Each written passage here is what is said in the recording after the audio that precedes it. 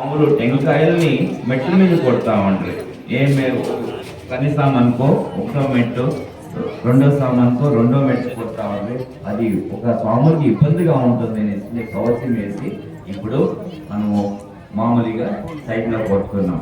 అది కాకుండా అయ్యప్ప అంటే అయ్యా అంటే మహావిష్ణు, అప్ప అంటే శివుడు అన్నమాట.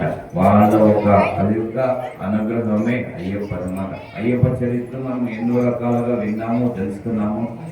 మణికంఠ అని, ధర్మశాస్త్ర అని ఎన్నో రకాలుగా అయ్యా అప్ప అయ్యప్ప అని అంటాం అన్నమాట. ఇది విషయం.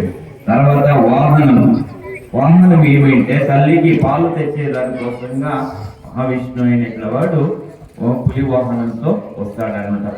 పులి పాలు కోసము తల్లికి పులిపాలు తెచ్చేదానికి వెళ్ళాడు అయ్యప్ప అడవి, తెలుసు కదా ఆ విషయము. తర్వాత కానీ ఇప్పుడు ఉండే ఒక వాహనం, అయ్యప్ప వాహనం ఏమిటి, మామూలుగా గుర్రం అన్నమాట. ఈ గుర్రాన్ని మీరు